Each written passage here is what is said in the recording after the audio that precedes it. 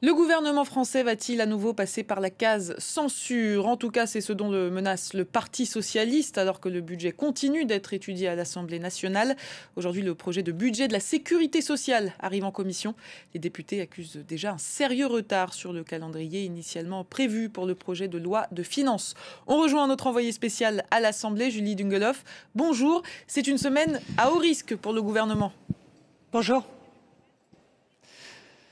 Oui, tout à fait, une semaine à haut risque. Et aujourd'hui, on est un peu dans une situation avec deux salles, même ambiance extrêmement crispée. Je m'explique, il y a d'une part l'examen du projet de loi de financement de la sécurité sociale, le fameux PLFSS, qui est examiné, vous l'avez dit, en commission. Un examen qui avait été repoussé pour permettre au gouvernement de l'amender et d'ajouter notamment la fameuse suspension de la réforme des retraites promise par le gouvernement aux socialistes pour éviter la censure immédiate du gouvernement Le Cornu 2.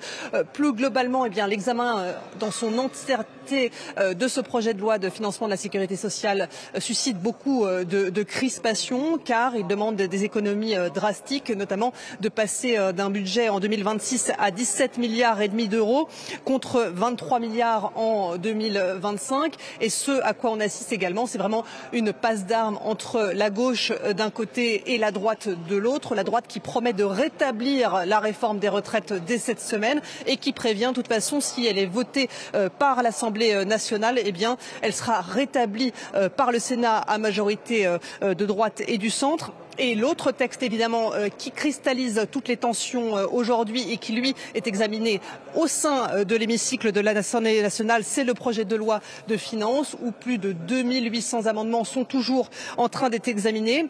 Le Parti socialiste qui plaide depuis des semaines pour davantage de justice fiscale et pour le vote notamment de la fameuse taxe Zuckman, à savoir le fait que les fortunes supérieures à 100 millions d'euros s'acquittent d'un impôt équivalent à 2% de leur patrimoine.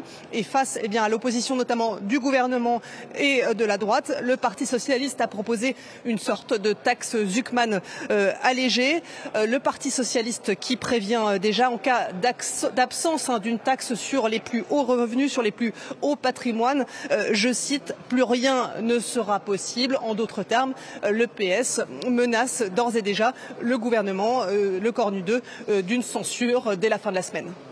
Merci beaucoup, Julie Dungeloff.